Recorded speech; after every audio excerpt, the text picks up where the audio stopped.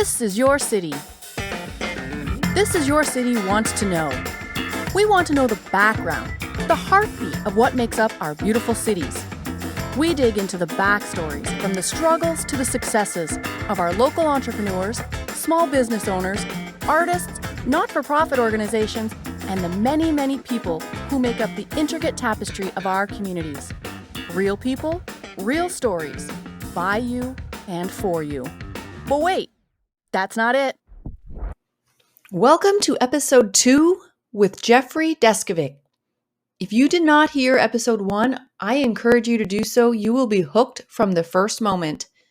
Jeffrey was convicted of rape and murdering his fellow classmate, and he spent 16 years in prison and was later exonerated through DNA.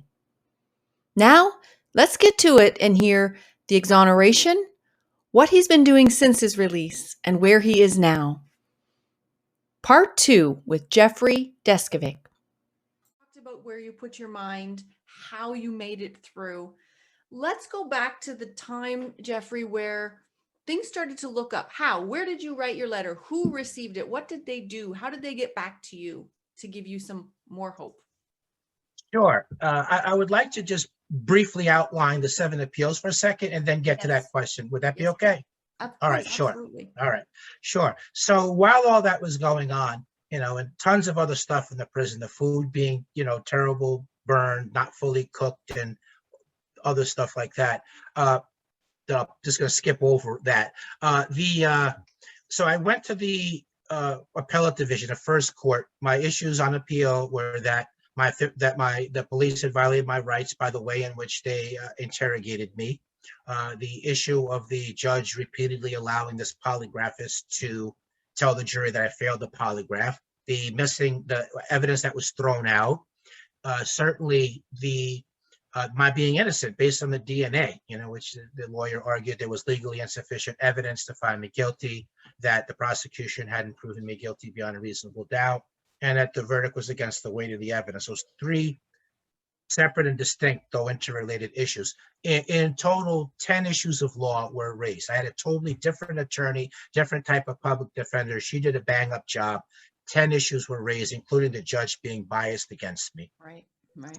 And despite that, the court ruled that I was free to come and go as I wanted, and therefore they wrote that I was not in custody, and they found the statements to be voluntary. They wrote that there was overwhelming evidence of guilt, which I still don't quite understand because the DNA didn't match me. And then they knocked out all the rest of my issues in one sentence by writing that they've looked at the rest of my issues and found them either to be without merit or else not preserved for review. Right. And they ruled against me 5-0. And at that point, it all went downhill from there. The re-argument motion was denied in one word, denied. The highest court in New York, the New York Court of Appeals, it's a 2-step process. You have to ask for permission first. That's the first step, and to appeal to them. And only if they agree will you then be able to fully argue your issues and get a decision based on the issues you're raising. So the New York Court of Appeals declined to give me permission to appeal to them. They wrote that there was no merit in law to justify reviewing my case, and so they were declining to review it. Which again, all those issues of law, certainly the evidence and the polygraph and the Fifth Amendment, there were plenty of issues of law there. I lost in federal court because you fasten your seatbelt on this one. I lost in federal court because the court clerk gave my lawyer the wrong information pertaining to the filing procedure, which resulted in my petition arriving 4 days too late, which the district attorney at that time, Janine Pirro, who does a lot of commentary on television now, her office took the position that those 4 days were somehow prejudicial to the people, and therefore they urged the court to simply rule that I was late and dismiss my case that way, which is what happened. So I challenged that ruling at the Federal Court of Appeals, where my lawyer argued that this was not a delay caused by me or my attorney, but by the misinformation by the court clerk. I don't think any of us need a law degree or to be a lawyer to know that that's a good argument. That upholding that a ruling like that would cause a miscarriage of justice to continue, which kind of, in a way, backdoors the DNA evidence not matching me. And then she also argued that overturning the procedural ruling would open the door to more sophisticated DNA testing to happen. And once again, the DA opposed. And again, the court, which at that point was made up of Judge Rosemary Pooler and future U.S. Supreme Court Justice Sonia Sotomayor, they upheld that lower court ruling. They declined the re-argument motion. And then the U.S. Supreme Court declined to give me permission to appeal to them. So that was the end of the appeals. I wrote letters for 4 years looking for an investigator and attorney to take my case pro bono to find some new evidence. We talked about that last episode. And then I made an appearance at the parole board where, in large part because I maintained my innocence rather than expressing remorse and taking responsibility, they rejected me for parole, which resulted in my juvenile year of imprisonment. So let's get to where things start to turn around, right? Which is how we got down this branch of conversation. So one of those letters that I wrote was in care of a book publishing company. I wrote an author, Tekla Miller, who had published a book on her memoirs called The Warden Wore Pink, which was about when she served as a warden of a men's maximum security prison. Okay, cool. So that was one chapter in this. I went to at the end. I was coming up short on ideas on who next to write what. So I started going to the general library, not for books to read, but also books that would have contact information. Who's the next person I could write to? And so one of those books that kind of called to me when I went up there on one of those trips to the library was called Chicken Soup for the Prisoner's Soul. And when I saw it, I looked at the back of the book and I flipped through it and I saw that there was contact info for about half of the authors. So it contained like one chapter from many different books. Right. So when I saw that, I decided to borrow the book for that purpose. And that was where I came across that one chapter from Tekla Miller's book. So I wrote her in care of that publishing company, reasoning, well, it's pretty likely that in her walk of life, she knows someone that could help me or that she might come across somebody. But someone at the publishing company instead sent the letter to an investigator named Claudia Whitman. She wrote me back right away. And when I showed her the DNA not matching me, she was instantly convinced of my innocence because she understood DNA and she never before had heard of a case where somebody had been excluded by the DNA but had been convicted. So that was really where things started to look up a little bit. She explained that she was too far away to directly work on my case, but she was willing to help me network. So I accepted what she was willing to do. And one of her ideas in the course of a year proved to be the winning one. So she suggested that I write the Innocence Project again, a nonprofit organization in Manhattan that worked to free wrongfully convicted prisoners where DNA testing could demonstrate innocence in which there had been no prior testing. So I wrote them before because the DNA had been tested, it wouldn't have been something new. And so that was why they had wound up rejecting my case. Right. But fast forwarding, Claudia told me, well, the DNA data bank has been created and, therefore the prior denial was irrelevant. And I knew it had been created because I had been keeping up with DNA and I actually wrote the Westchester DA's office asking for further testing also, which that was declined also. But I wrote them and then I filled out their questionnaire, then I forgot about it. I looked for other ways to get representation, none of which worked. Now she, on her end of it, she lobbied them to take my case. She got other people to lobby them to take my case. Then I also got lucky that Maggie Taylor, an attorney now who then was the intake worker at the Innocence Project, she presented my case. She represented the case to the Innocence Project. She presented a total of 3 times because the lawyers, again, did not want to take it because I had been excluded by the DNA. But she got them to take it the third presentation. So getting the representation was the key. Second key was Pirro left office and her successor was willing to let me get the testing. That was Janet DeFiore. And the third thing we got lucky that the actual perpetrator's DNA was in the data bank, and so it matched him. And his DNA was only there because left free while I was doing time for his crime, he killed his second victim 3.5 years later after killing the victim in my case. Oh my gosh. So confronted with that, he confessed. So my conviction was overturned. I was released on September 22nd, 2006. Returned back to court on November 2nd, 2006, at which point all the charges against me were dismissed on actual innocence grounds, and he was subsequently arrested and convicted for the crime. Oh my gosh, there's so much to take in right there, what you just said. Oh my gosh. So I'm very intrigued on how you went to the library and started messaging, writing, reaching out to Yes. people who really weren't Yes. in, they weren't lawyers, they weren't Right. like people that Weren't investigators, we're not people in the legal field at all. No, because it was not enough people like that to write. I mean, if I could, in my own head, if I could come up with a line of reasoning, something that somebody could do, which would set in motion a chain of events that ultimately culminated into my getting the representation I needed, then I took the chance by writing the letter. That's amazing, because not many people would come up with that. Okay, I have nobody else in the legal field to do. Let me reach out to an author. Let me reach out to somebody who has a chapter in a book. And that's Right. incredible that you had the foresight to do that. And then it just took its own pace there, and it happened. And this woman went for you a few times, went to bat for you. And then of course your evidence and your education, because you educated yourself while you were in there. Right. What I'm really fascinated about is when they finally said, okay, let's do another DNA test. What were you, when they said, okay, what were you feeling? Was it elation? Was it hope? Was it just, I'm just going to take it day by day? I'm not going to allow myself to get excited. Yes. What was yes, the latter.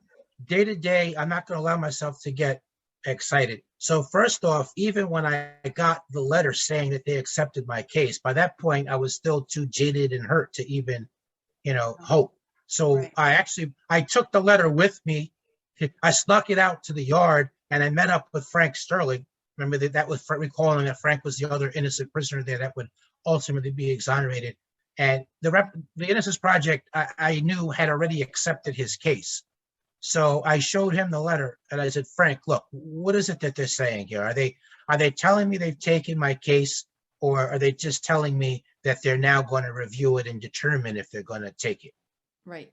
And so I'll digress for half a second. And so he turns at me, he gets this crap-eating grin on his face. He extends his hand to me, and with a big old smile, like I said, and he shakes my hand and says, "Oh, they've agreed to take your case." So that was the backstory. On that. So I felt a little bit of hope, but in general, I was afraid to hope much for anything. Like I had to reel that back in. Yeah, but did you guys? When Frank was like, and he shook your hand, like, were you guys elated together and like you just embraced and you're like, okay, this is possible? Not only that, yes, 100% that, but not only that, but we also made a pledge to each other that whoever made it out first was going to try to help the other person, even if it was just on the level of just, try to raise awareness about their case. Right. And by the way, as we'll get to later, I wound up out first. I never thought I would because he had gotten the representation first. But when I was released, I'm at my press conference and I started talking about his case in the middle of that. Yes. And so when I eventually, when Frank was eventually exonerated a few years after me, and by the way, we stayed in touch for a couple of years while I was out and he was in. Mm-hmm. The local Westchester County paper, the reporter remembered that, and he wrote like a local article about Frank's case, like 5 hours north, but he had that local angle to it, and he entitled the article, I believed in his innocence. Yeah. Wow. Awesome. So you get this, Frank's telling you that means they're taking your case. You're excited. What happens next? All right. So I'm waiting after that. I'm in like a kind of a hold pattern. I'm just waiting for them to do whatever the process is on Something. their end. Right, something, right. Periodically, I would write letters, and periodically I would, and I remember being preoccupied with making sure they understood that the DNA didn't match me. I was always afraid of one misunderstanding or another. So I was staying on top of them that way. Periodically, I would speak to them on the phone. And then finally, they sent me a copy of a draft of the motion, but we reached loggerheads. They said that, well, we've accepted the DNA portion of your case, and so having lost in federal court in the way I've just described, I was leery about that because, first of all, the going the DNA data bank route was a long shot. And I already had experience with losing on technicalities, and I had never had a post-conviction motion filed on my behalf. So I didn't want to burn my last remedy on a long shot. And then when I come back and file another one on these other issues, then they tell me no, because you could have raised it before, but didn't. So I nearly did not accept their representation. But the lawyer there came up with this creative way around that. And her idea was, well, let us just draft everything anyway. We're not going to submit it.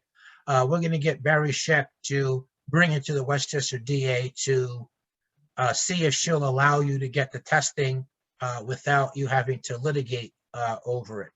Right. And so let's see what happens with that first. So that was how that was resolved. So ultimately, fast forwarding a little bit, because I know you're going to really appreciate this last part of it, and I got the news. So, well, let me just say one other thing, right? The backstory on why I even got the testing, as I understood it.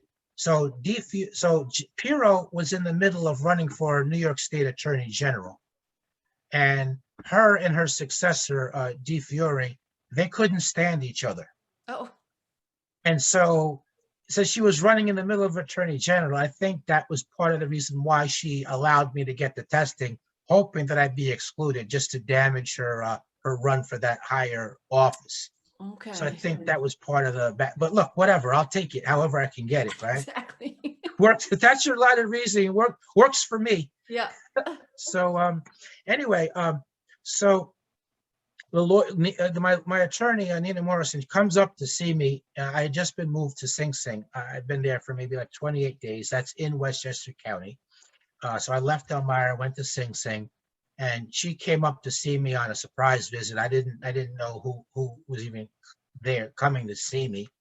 And when we speak, she introduces herself, as my attorney, and then she says to me, the items have been tested, and like I'm on the alert. Once she mentioned she was my lawyer, like I'm on red alert for anything out of the ordinary, because I've like lost on these obscure and crazy grounds before multiple times. Yeah. So she says the items have been tested, and I said, what are you talking about? They're not supposed to be tested for another month. And she says, no, the DA pulled some strings. They've been tested, and the results match somebody else, and you're going home tomorrow. And I said, no, I'm not. And we went back and forth like 3 times. And the end result is she had to like sit there and like hold my hand for the next 3.5 hours. I had this paralysis, and my head was spinning, and all these different thoughts were going through my head. And, one thought had nothing to do with the next. And I was just sitting there repeating all this random stuff. She's just like holding my hand and just listening, not replying. And every now and then she'd cut in and say, are you ready to talk about tomorrow? I'm like, no. Look, keep that away from me. We're not talking about tomorrow. Not entertaining that. I'm not getting my hope up. I'm not going home. No, we're not. Yeah. No, it's not. No. And finally what made it real was she said, look, it's almost time for the visiting to be over. I need to get your shoe size. I need to get your size for your suit, because it has to be purchased, and there's a ton of work to do between now and tomorrow with respect to the media. And that really is what made it real. And so I felt better for about 5 minutes. And And then a different fear crossed my mind, which was that I thought that something was going to happen between that day and the next, and they were going to change their mind, and I was going to still be stuck in there. Oh my gosh, I can't imagine. Did you sleep at all that night? No, I did not. I think I slept for like an hour. So there was a prisoner there that I knew from Elmira, that I used to play basketball with there. So he was at this facility, and we were neighbors. And so he, so we're, our cell, we can't. So his cell's right next to mine. He stood up with me. He agreed to stay up with me, and we would hold like a mirror. We'd take turns holding a mirror with outside of the cell bar so that we could have the visual. Oh my gosh. And did you, what happens in a thing like this? Okay, you're in you're in prison with Yeah, all of maximum these security prison. men, Yeah. Mhm. and you find out you're going home. Yeah. Again, with my movies, I'm so sorry, but that's the only thing I can go by. Right, Like, right, right. did other prisoners get angry at you?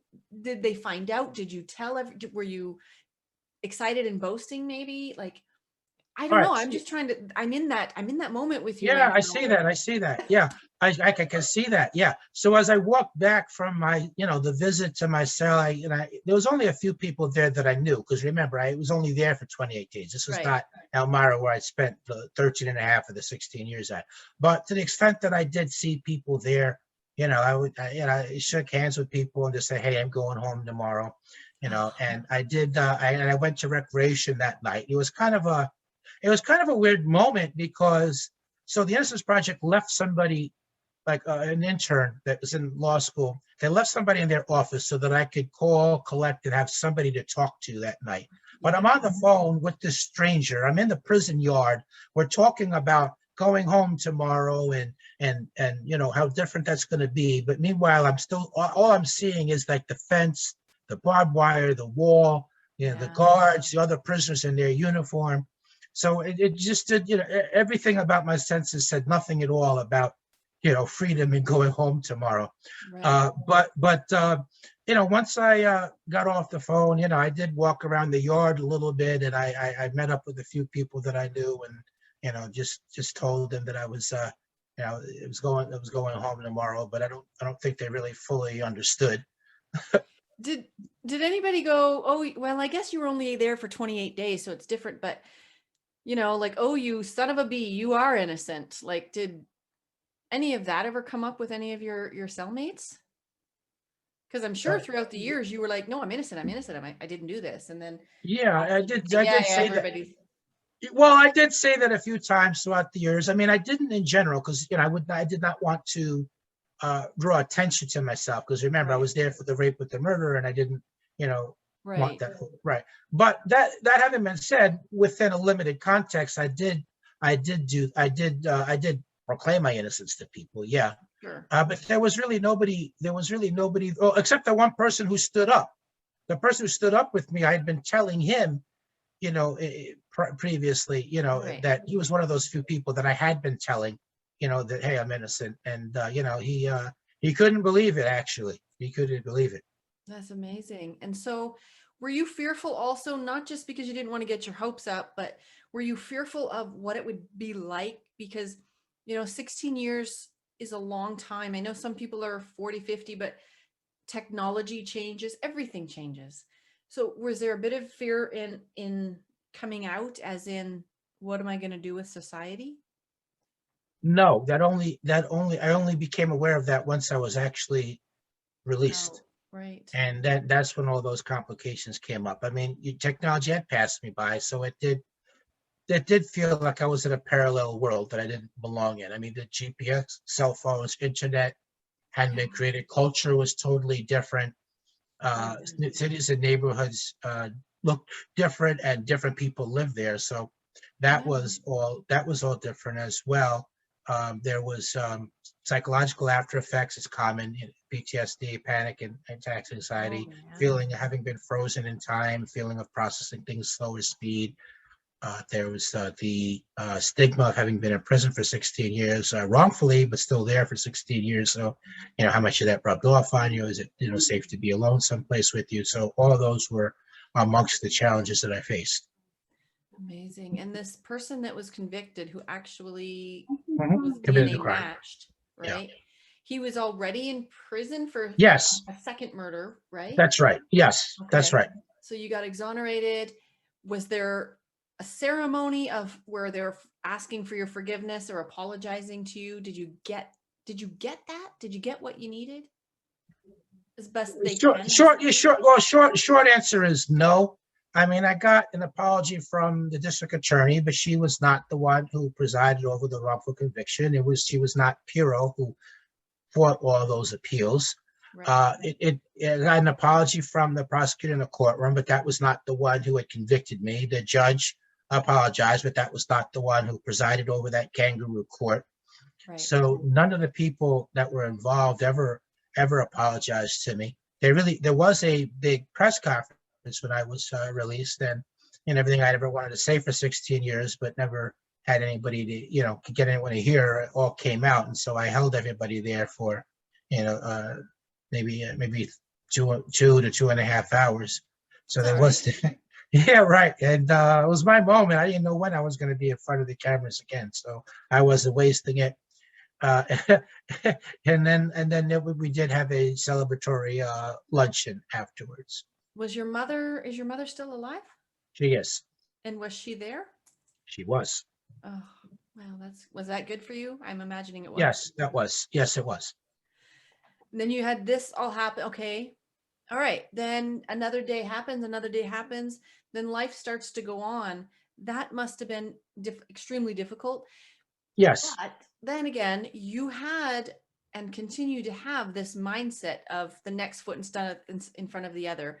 So although life started to happen, how do I get a job? Right? Who's going to hire a prisoner? Who, am I going to get a wife or a girlfriend or not? Right? Like life goes on now, maybe a week, a month, 2 months. What happens next with Jeffrey?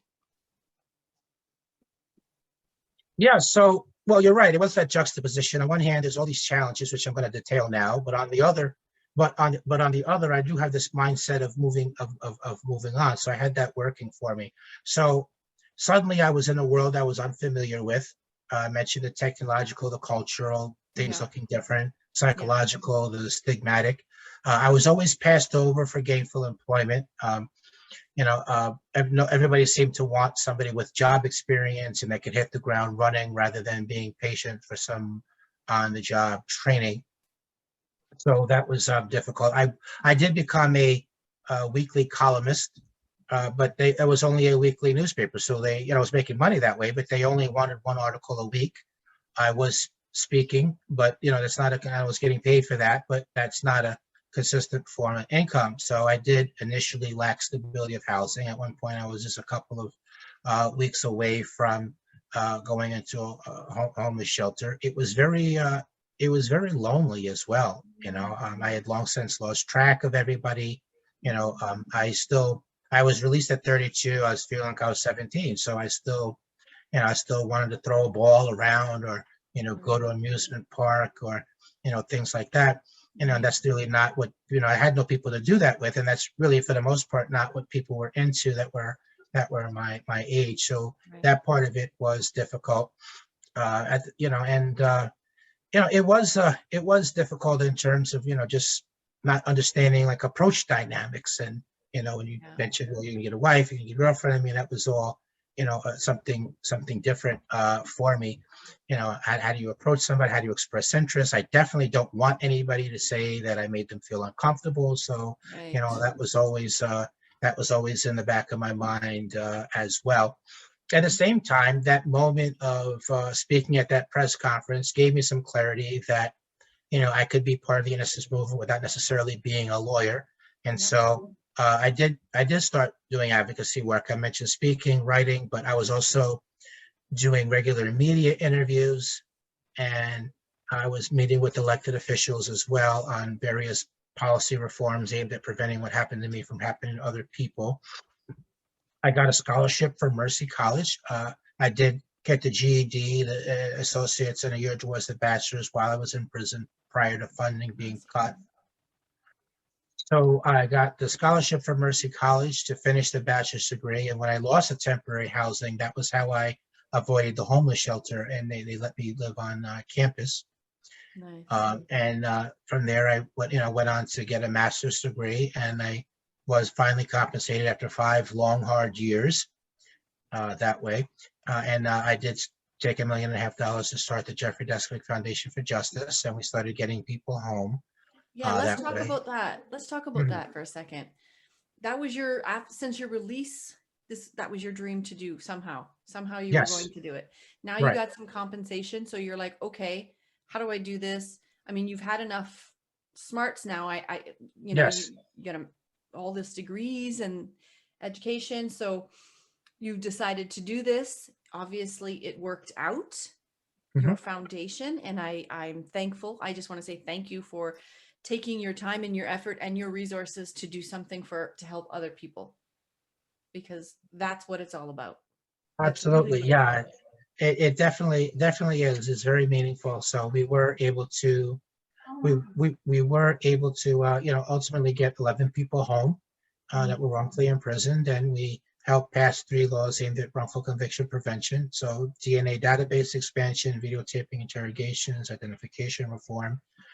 Became an advisory board member of the coalition group called It Could Happen to You, and which the foundation is part of, and we passed another 5 laws. Currently, we have 10 active cases, and we're doing policy work through the coalition group, which I'm active in both the New York, Pennsylvania, and Californian chapter. And at some point, it became not enough for me to sit in the front row of the courtroom. I wanted to represent some of the clients myself, make some of the arguments, hence going into law school and becoming an attorney in pursuit of another dream of exonerating others as an attorney. And I am now an attorney. That is amazing.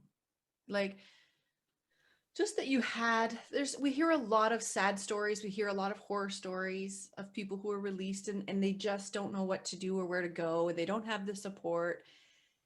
Not only did you have a foundation where you help other people, but you decided, I don't want to sit in the front row.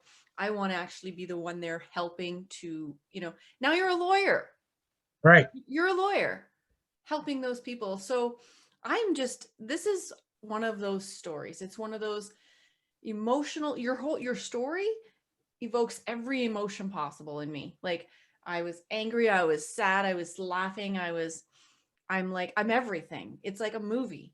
Do you know your life? You can probably make a movie out of this. Have you thought about that? I have thought about that. So I'm hoping that at some point I can find a literary agent, and then we can get a book done by. I have a book that's 95% done, but Okay. I do.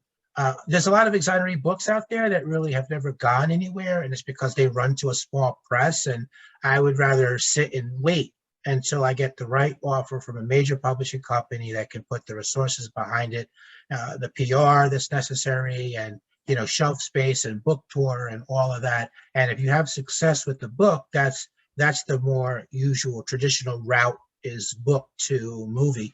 So I am hoping to have that. There is a documentary short out about me called Conviction, which is on Amazon Prime, which is about my life post exoneration and my advocacy work.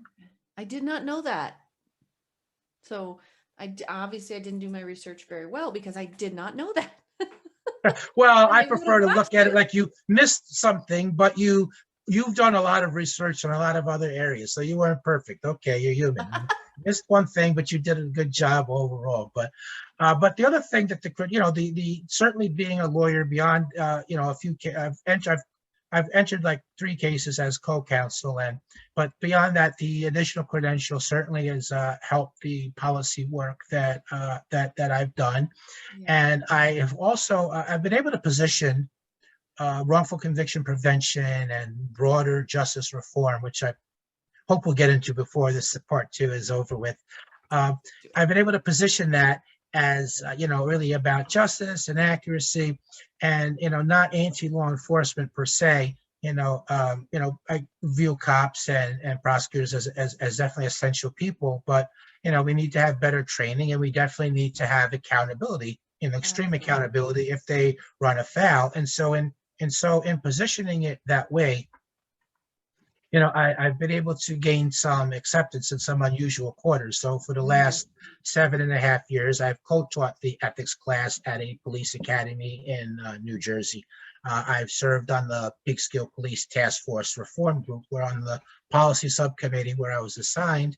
I worked with a sitting police chief in Peekskill and a county police officer, the retired detective, and we were able to get consensus on certain policy reforms. And I've been able to speak in front of groups of prosecutors and some district attorney offices. And I did serve on the transition team for a new district attorney in Westchester for her conviction review unit. So that's somebody that as an individual that I did help to elect, and yeah, and I have been able to speak.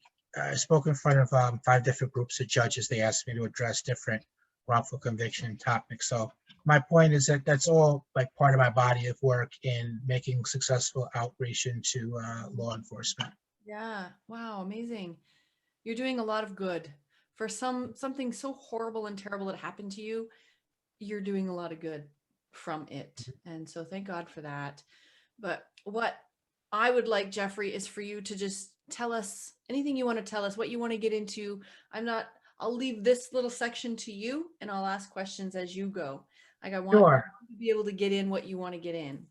Great, great, great. Absolutely. All right. So one of the things I'm proudest of about Conviction, which was produced and directed by Gia Wertz. It was her first documentary, and she actually switched careers to try to make a difference with the camera in the justice field.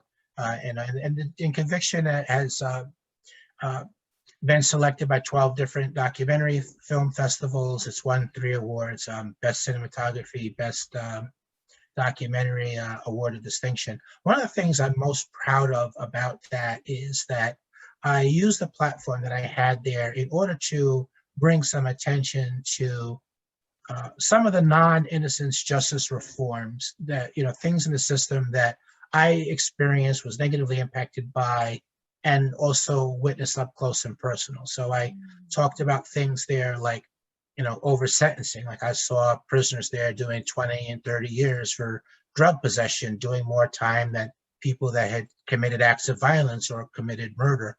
I saw people that seemed to me to be rehabilitated, had bachelor's degrees and had completed therapeutic programs and vocational trades and excellent disciplinary records, and they would go to the parole board and repeatedly get denied parole based only on the charge that they were originally convicted of, which is something that will never change. So I saw how that was demoralizing. I saw how in addition to that, it's just a complete abandonment of any idea of belief in a second chance / rehabilitation, the medical care in prison being terrible, and elderly people in prison, and how the medical care, which was already substandard, was particularly inept with regards to dealing with advanced geriatric needs. And I saw, in terms of compassionate release, we talked about that in part 1 of our series here, and that how often by the time the decision was made, that somebody had wound up dying within a day or 2 afterwards, or passed away before the decision comes down. And I talked about, a lot of it didn't seem to be much effort on the part of the prison administration to curtail the prisoner-on-prisoner violence or the verbal abuse that went on in solitary confinement, and people, once being paroled, sometimes being returned back to prison for a year or 2 for a technical parole violation. So imagine being returned back to prison for a year or 2 because you were supposed to be in at 8 o'clock and you actually got there at 8:05 or 8:10, something minor like that. And solitary confinement, and the removal of college education for prisoners, keeping in mind that the national recidivism rate is 68% in the U.S., and how college educated prisoners much lower, dramatically lower recidivism rate. So I spoke about all of those issues, while on Conviction, and thankfully Gia, in a creative choice on her end of it, left all of that in Conviction. So that's something that I really means a lot to me.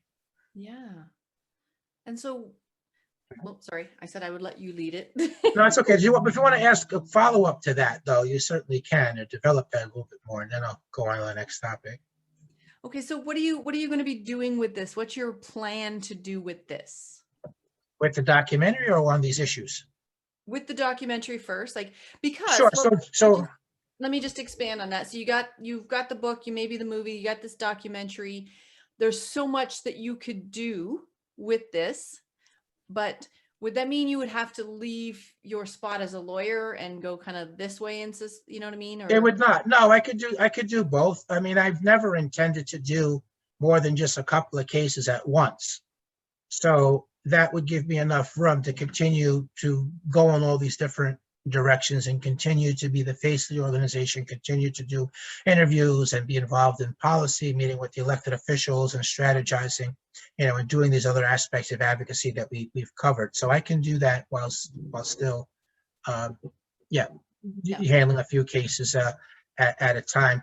So conviction, was still has a bunch of other documentary film festivals that were waiting for decisions to be made.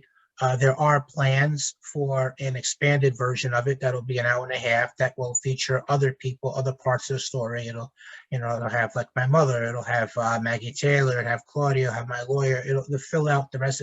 It'll put more of the legalistic and other aspects of it that it doesn't have now as a documentary short. So there are plans for that. And with respect to these broader justice reform issues, there are other organizations that are spearheading those issues, and I do, at strategic times and ways, I do parachute in and help them. I do use my, voice and, the press release and speak and do media interviews or do presentations or meet with elected officials. And so I do that. And from there, I go back to my innocence world and that work, and they continue on with the nuts and bolts until they reach back out to me the next time. So as an example, I mean, I was very involved in the push for parole reform this last 3 or 4 months. I did a lot of speaking at various rallies, and I was able to help the organizations get more media coverage, and I did do media interviews, and I did meet with some of the elected officials in regards to the issue. So Well, you spearheaded a lot of this, and so no man's an island. You have to pass right, the baton on, right? So other sure, people, of course, you can go on to the next and help the next and help the next. So you've spearheaded pretty much all of this and then put it into capable hands, and you just you assist when you're right, able to and when they reach out to you. exactly right. Yeah, you get it. Yes, of course. That's awesome. And so what about one question I do want to ask though, Mhm. and if I'm going off where you didn't want me to go, just let me know. But consi- concerning right now where you are, what Yeah. cases do you have in front of you right now? Is there anything you can speak on or? Yeah, sure. So I did enter the Carolyn Wormus case. So that got that was really a really big sensationalized case when she was originally convicted, and they dubbed her the Fatal Attraction Killer. And so I did enter that case as co-counsel, and as which was kind of an interesting thing because that's a foundation case. We originally screened the case, connected her with an attorney who was doing all the legal work. And once I got admitted to the bar, he reached back, that attorney, Dennis Kelly, reached back out to me and said, look, I want you to enter this case as co-counsel with me. And so I was able to persuade the district attorney, the new DA that I helped elect, to allow her to have testing. So they agreed to that on the eve of when it was going to be argued in court. So no question that that was an influence there. So that's one of them. Another case is the Andrew Crevack case. So the same polygraphist that coerced the false confession out of me did the same thing to Andrew Crevack. So I consult with that case, and we did bring in an attorney to work on it, but I'm not like officially one of his lawyers because there's a possibility that I could be called as a witness in that case because the polygraphist did the same thing, to Andy who did to me. But I'm certainly really involved in that case. So those are a couple of cases that I'm able to share with you. But other cases will be coming up, and I'll share other stuff later. Of course, yes. So, Jeffrey, do you like Jeff or Jeffrey? I'm going to call you Jeffrey. Yeah, okay, that's fine. What advice do you have? I don't even know if I didn't write this down, but I want to verbalize it properly because it could probably go into 5 sections, really. What advice do you have for people who find themselves in situations where they feel helpless, they feel hopeless, and they are innocent? They're telling themselves, they're telling everybody else. It doesn't have to be prison, Jeffrey. It can be things in life where it's, the world is putting us down. They're pulling us down. What do you have advice for those people? My formula for overcoming adversity is have a goal, be flexible. Remember have a goal, have a realistic plan. You should be able to look at it 3 or 4 ways and see how it can work. And you have to keep trying new things, right? The definition of insanity is to keep doing the same thing and think you're going to get a different outcome.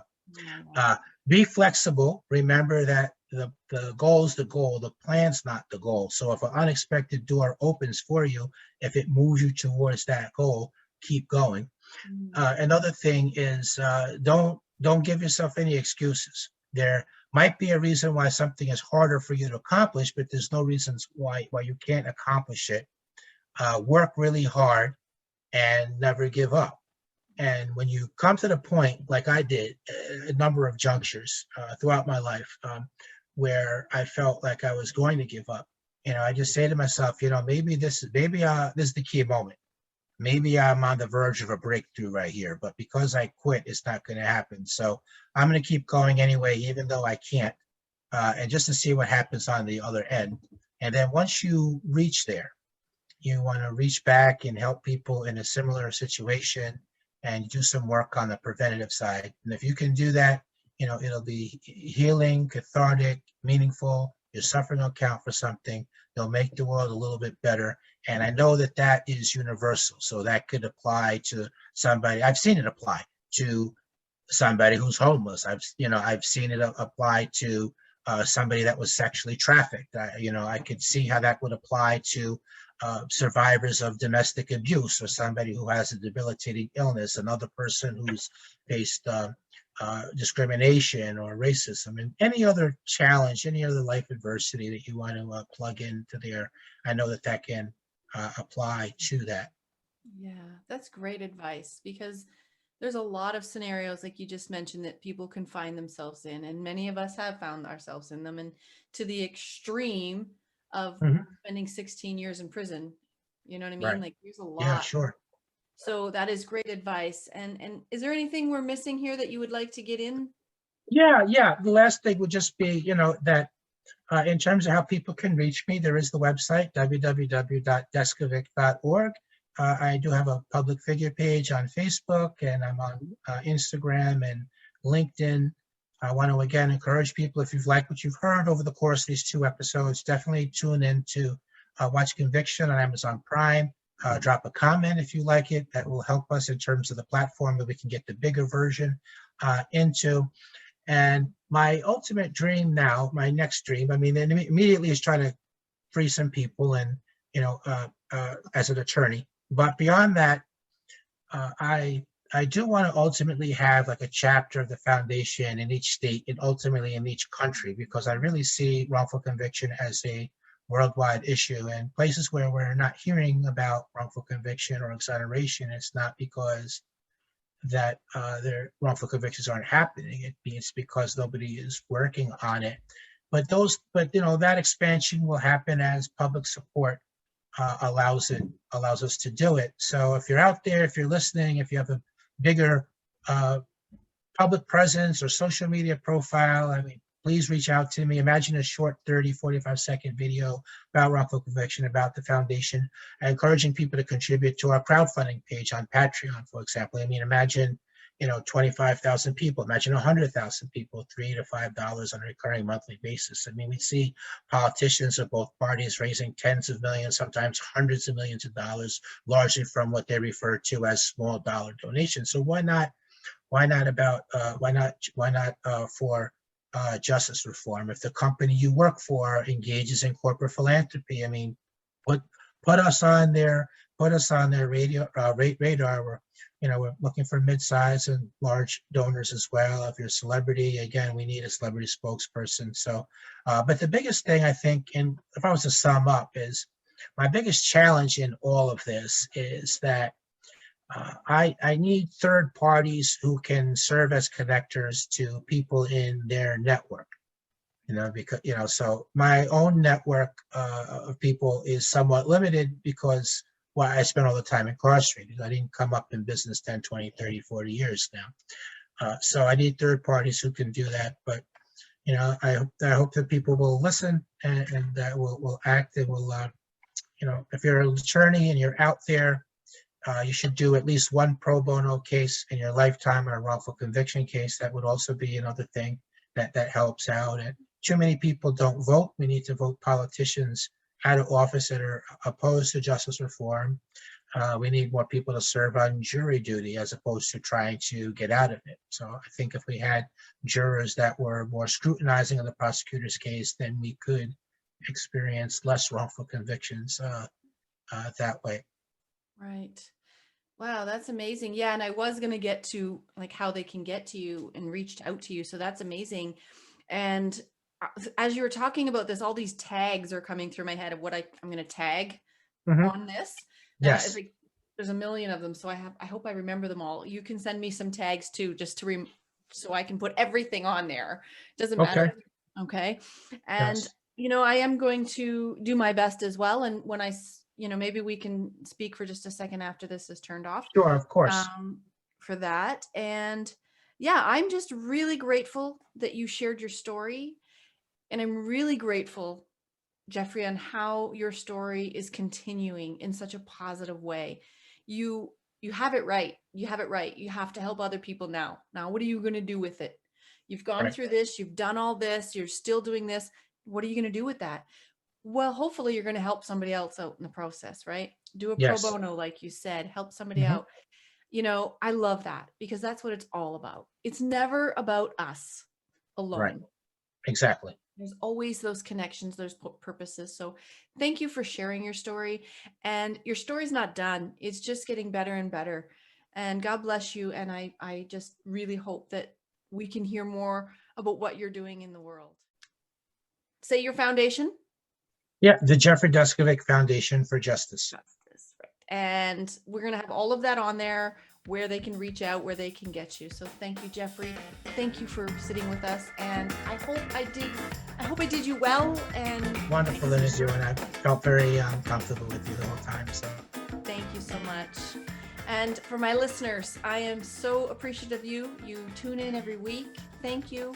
And I'm really asking you to pay attention to all of the things that I'm going to be putting up on this for this interview. The websites, where you can help with Jeffrey's foundation, how you can help Jeffrey and other people that he's helping, for justice in different places in the world.